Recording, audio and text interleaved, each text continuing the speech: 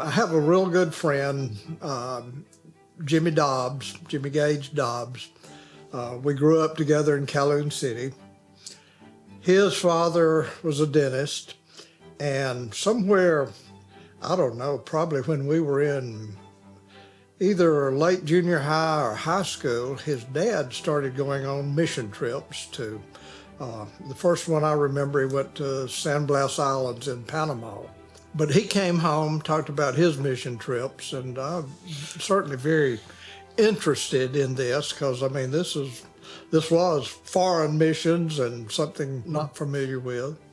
But later on, years passed, and in the early 80s, Jimmy Gage had moved to Indianola. I moved to Indianola in 1976. Jimmy Gage moved here a few years later.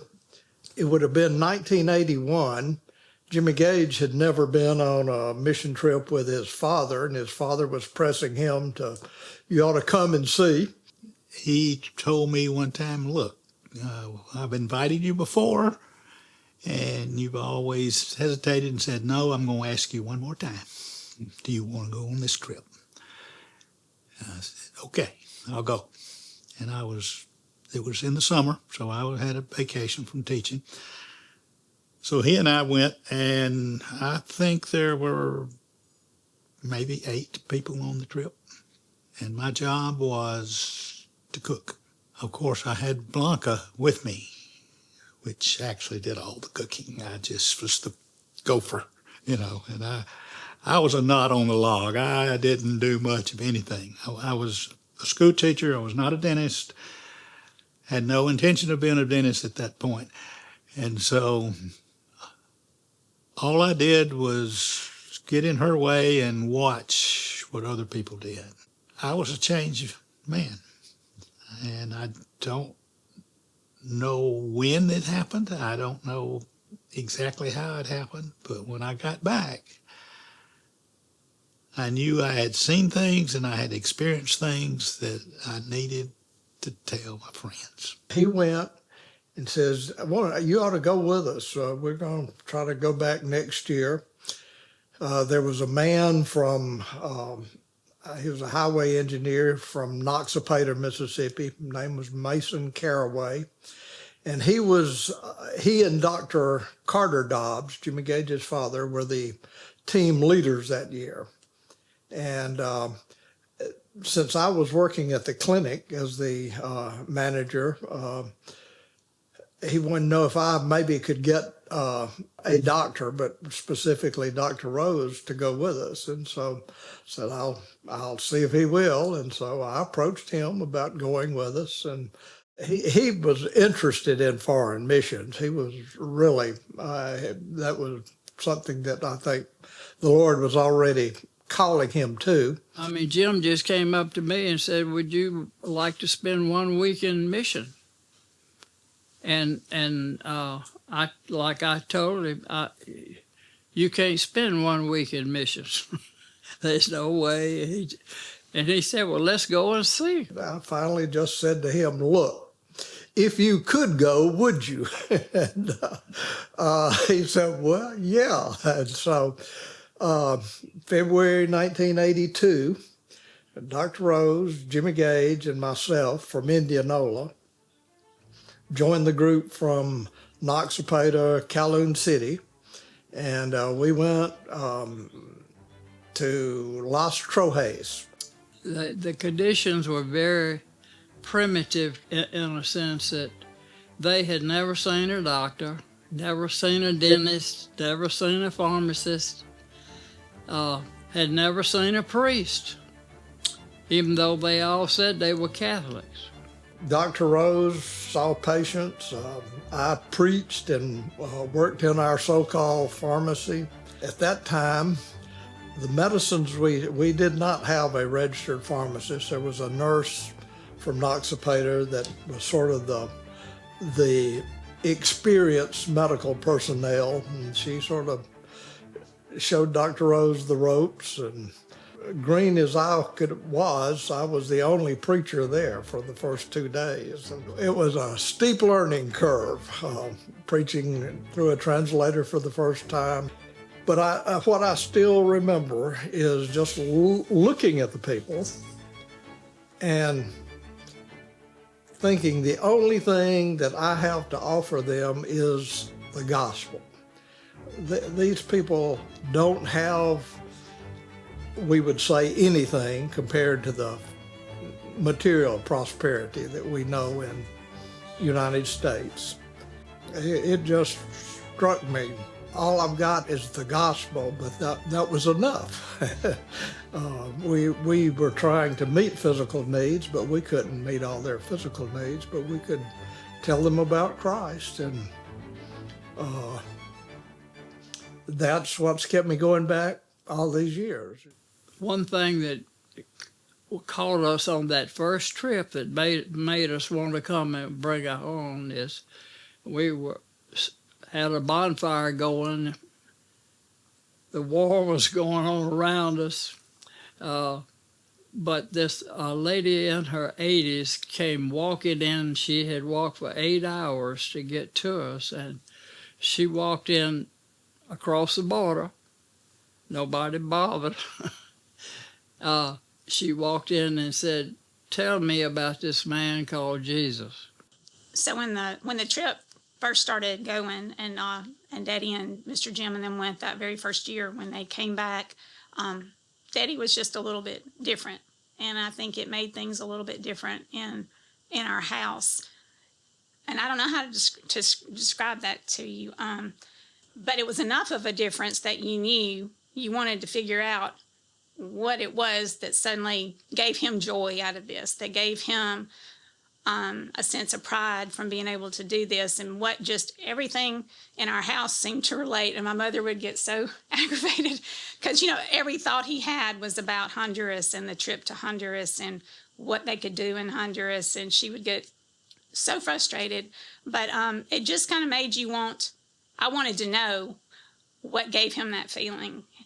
And, time with our family was always really valued because he didn't have a lot of it. And so for him to take that week and leave our family and go somewhere foreign like that, and to work and come back so exhausted and tired that we saw every year when he came back, but yet be ready to go again right away and start planning right away, it just made you want to know what it was. It made me want to know, what is that? I want to know more about that. Dr. Rose got hooked, and he started working his contacts, and here we are. In the first years of this mission, the slogan, or the motto, however you want to say it, was, and they put it on the back of a T-shirt. It said, "Would you spend a week in foreign missions?" And that was intriguing to me. I mean, I don't know what I really thought about missions or missionaries, but I certainly never had the faintest idea that I could be one or even be thought of one. The first year I went was 1985. I had been on an Emmaus walk the year before, and that in itself was a life-changing thing for me. And when I got back from that, my mother-in-law was in the hospital. I was up there visiting her, and she had this magazine that she was looking at. I think it was like the Sunday newspaper magazine. And it had a story about Dr. Rose and Jim going the first years that they had gone. And I was so excited about it, I could hardly believe that. So I went to see him, and I asked him, "Dr. Rose, can I go to Honduras with you?" And he didn't say yes or no. He said, "Well, if the Lord wants you to go, you're going." And he's told me a lot of times since then, and so has Jim, that they don't spend a particular amount of time trying to figure out who's going to go or trying to get certain people to go or He said he just lets the Lord pick the team. And it's amazing from year to year how it comes together. And Dr. Rose and Jim have just always taken the position that this is the Lord's team. So whoever he sends to us, we just put them where we think they ought to be. And it's highly organized, but it's not so structured that they get in the way of the Holy Spirit and what he wants to do and where he wants you to be. I mean, there are people, I won't even name names right now because we took a chance on them going to Honduras, and it just changed their lives.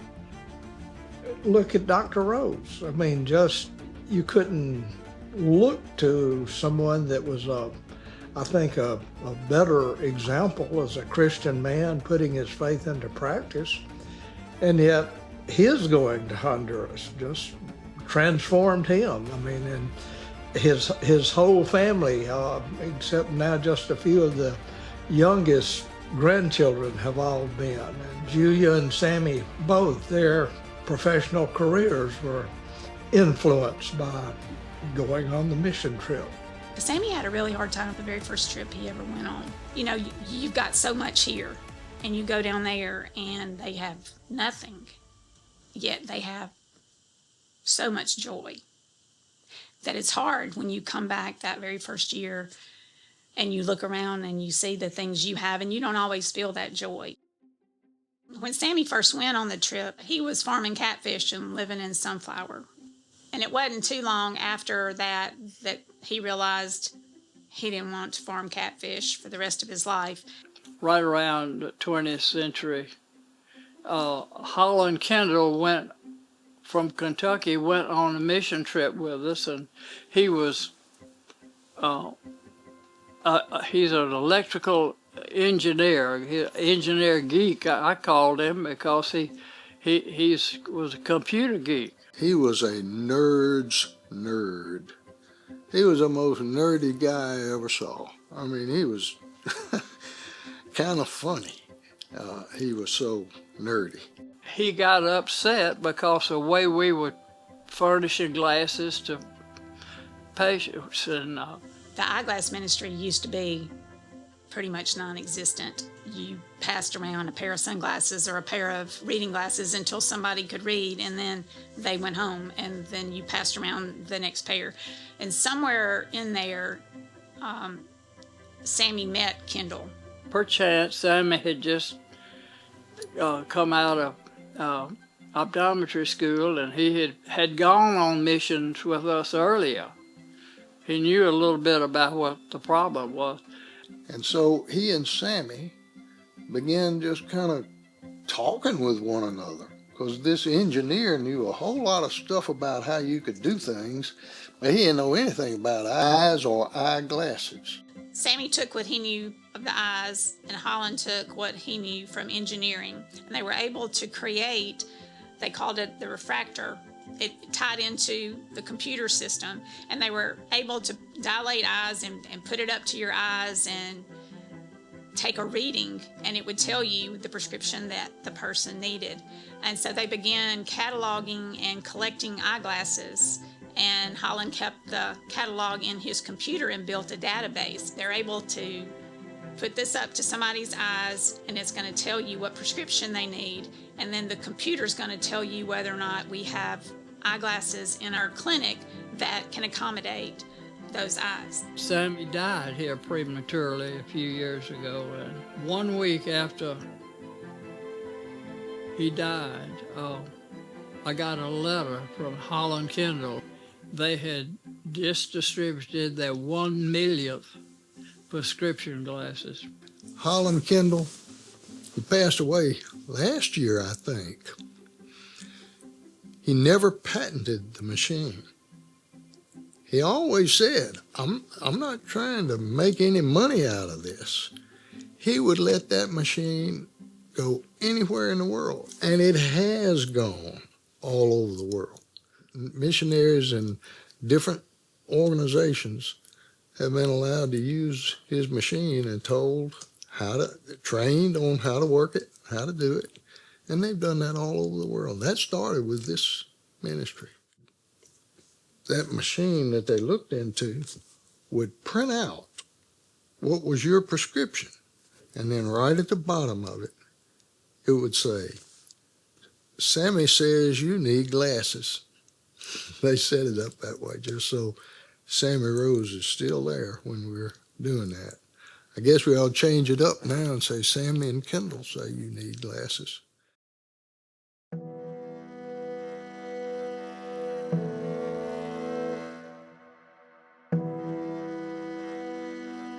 One year, this man came down out of the mountains, and he was just distraught because there was a lady in the mountains who was having a child, and she was having a lot of difficulty, and it was apparent that he was not playing. It was like, this is an emergency situation, and this lady's going to die.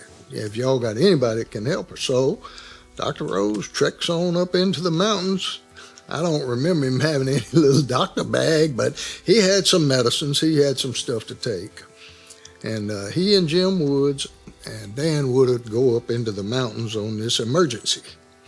And when Doc got there, he found that this lady he said he found her lying in a pool of blood. I got the placenta out and got the bleeding stopped and so forth, and we saved the lady's life, so to speak. I think she would have been dead another hour if we had gone home. The minister was out there talking to the husband. He had a pot of water and he was heating it up, and I don't know what it is about gun smoke and all those places, but when you go into labor, you're supposed to boil water. I hadn't figured quite what you're supposed to do with it, but they were talking, and he said, how many children do you have? Oh, he had 13 children. All of this is coming through interpreters now. I mean, they speak Spanish, we speak English, and nobody could understand each other unless you had interpreters. But he said he didn't know, so Dan Woodard told him, well, I think you ought to name that baby Jimmy Walter, for Jim Woods and Walter Rose, our team captains. And he said, okay, well, I'll do that. Dan just loved the fact that he suggested the name, and the father said, okay, we'll. But what personally I can attest to in that is I worked in the pharmacy in those early years when I wasn't preaching. And we were back in Trojes 2 years after Jimmy Walter was born. And I held in my hands his medical card came through the pharmacy. And his mother had brought him in to see the doctors and get medicine and so forth. We had that contact, but there it was, Jimmy Walter Castro. One year, we went to what was originally called the base camp, but had been made into what they call the Bible Institute, which was really a seminary. It was where they taught young men what it means to be a pastor. And when he got there, the man told Dr. Rose, come and meet our new students. He said, and we have one here. This is the youngest student we've ever had. He's really exceptional. And so come and meet him. His name is Jimmy Walter Castro. We never think about how the little bitty things like that might affect someone else or even you so long in the future. You just don't know how the Lord will work. One of the greatest treasures that I have is that I've been on the trip with so many people from our church.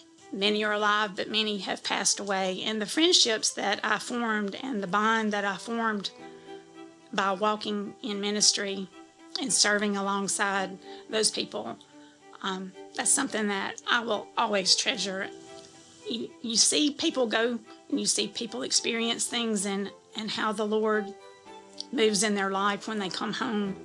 And it just deepens the bond over the years, and it does become like a family. In Colossians, it's a verse that we're very maybe familiar with. It says, Christ in you, the hope of glory. But if you look at the Greek, it's Christ in y'all, the hope of glory. I think the bigger picture is, and why we have such an experience in Honduras or in Emmaus, is you get there and you might have arrived as individuals, but you become a body of Christ. It becomes corporate. And that's what that verse says, Christ in y'all, the hope of glory. There have been a lot of people that tell me, now why do y'all go off down there to Honduras when we got all these problems here in the Mississippi Delta? And I said, well, my answer is that we're talking about, I went for 1 week to Honduras. That gives me 51 weeks to work and so forth here. I just think back to the original T-shirt that said, would you spend 1 week in foreign missions? And Jim Woods makes a point that, you know, if you do, you still got 51 weeks. You could do something right here. Don't act like you can only do one or the other. You can do both, and it's not hard. 1 week doesn't mean that you can't do something in your hometown. Maybe this 1 week is what you need to give you the little kickstart that you've been looking for that would help you to do something in your own community. Maybe you'll see something here. Maybe you'll see a need that's so great, but also you will see other people just like you, Christian missionaries, at work in the community where they happen to find themselves. And you'll get some thoughts and you'll get a lot of inspiration about how you could do that same thing right here in the States. One of the things that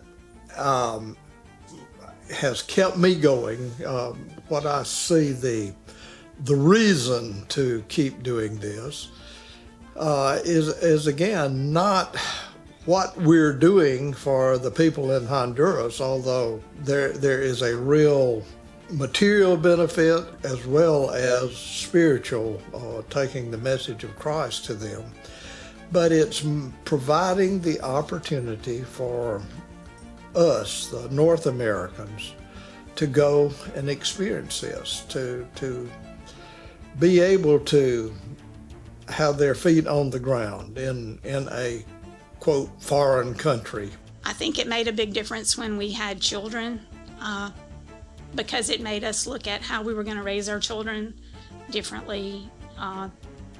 It makes you look at your priorities and really trying to keep your priorities in check and teaching your children what's really important in life. And I've been blessed enough to get to go on this trip with all 4 of my children and watch the impact that it's had on each of their lives. Again, it just refocuses what your priorities and values are. And it's easy to sort of slip into the comfortable ways when we get back home, but at least going once a year sort of is a good reminder of where our hope really lies, and it's in Christ and not in the things of this world. I feel like my ministry is facilitating people to go and to see, to experience. So, I mean, my word to you is come and see.